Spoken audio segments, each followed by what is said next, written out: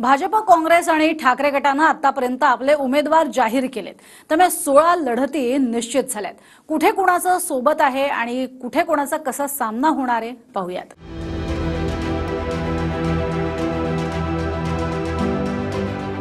आतापर्यंत महाराष्ट्रात जवळपास 16 लोकसभा मतदारसंघात लढती निश्चित झाल्यात। सांगलीतनं संजय काका पाटील विरुद्ध ठाकरेंच्या शिवसेनेचे चंद्रहार पाटील अशी लढत आहे। उत्तर पूर्व मुंबई भाजपचे मिहिर कोटेच्या विरुद्ध ठाकरेंचे संजय दिना पाटील।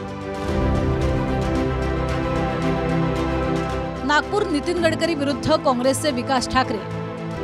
चंद्रपूरमध्ये सुधीर मुनगंटीवार विरुद्ध काँग्रेसच्या प्रतिभा धानोरकर। गडचिरोली चिमूर भाजपचे अशोक नेते विरुद्ध नामदेव किरसाट।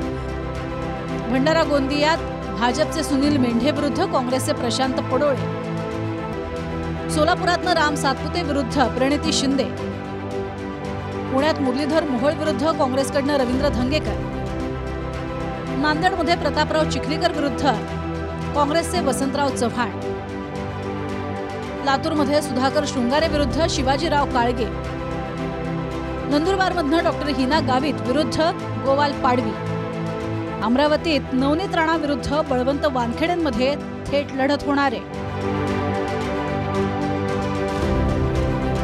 ठाकरेंची शिवसेना विरुद्ध अजित पवारांची राष्ट्रवादी। रायगडमधनं ठाकरेंच्या शिवसेनेचे अनंत गीते विरुद्ध सुनील तटकरे मैदानात असतील। शरद पवारांची राष्ट्रवादी विरुद्ध अजित पवारांची राष्ट्रवादी। शिरूरमध्ये अमोल कोल्हे विरुद्ध अजित पवार गटाचे शिवाजीराव आढळराव पाटील असा सामना रंगेल। शिंदेंची शिवसेना विरुद्ध काँग्रेस।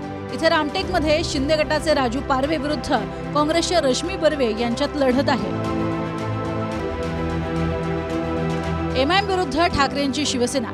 छत्रपती संभाजीनगरमधनं एमआयएमचे विद्यमान खासदार इम्तियाज जलील विरुद्ध चंद्रकांत खैरे अशी लढत आहे। इथे महायुतीचाही उमेदवार असेल। Bureau report TV9 Marathi.